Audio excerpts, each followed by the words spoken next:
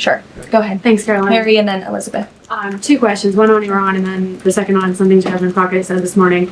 So given that we know the Iranian government did order an operative to assassinate the president, is there concern that Iran might respond with non-traditional military ways to some kind of strike on Iran, such as another assassination attempt? And has the Department of Justice looked into this last attempt on the president's life?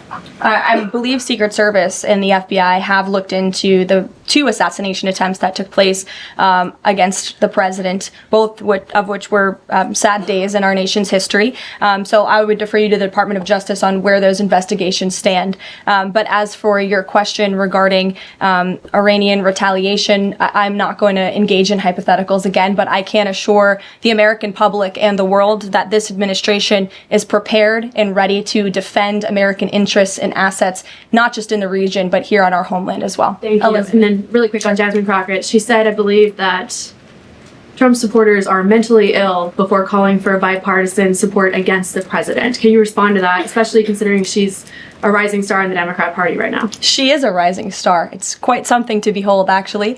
I hope that she continues to be a rising star for the Republican Party, at least. In a fiery and unfiltered political exchange that quickly went viral, Karoline Leavitt, a prominent Republican commentator and White House staffer, completely dismantled Reppers Jasmine Crockett, DTX, during a heated debate on national television.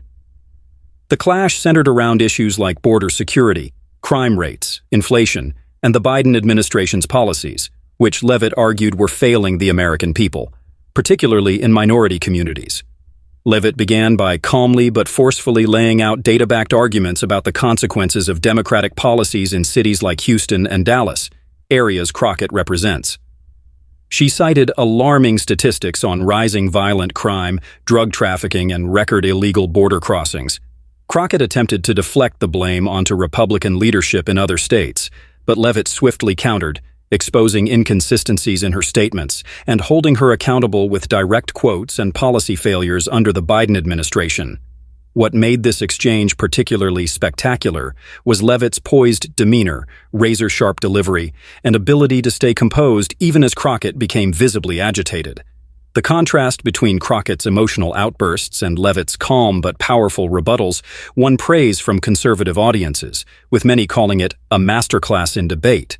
Social media exploded with reactions, praising Leavitt's performance as bold, factual, and fearless. Even moderate commentators noted that the Republican rising star exposed major weaknesses in the Democrats' messaging and approach to issues impacting everyday Americans. This moment could mark a significant turning point in Leavitt's career, positioning her as one of the most articulate and unshakable voices in conservative politics.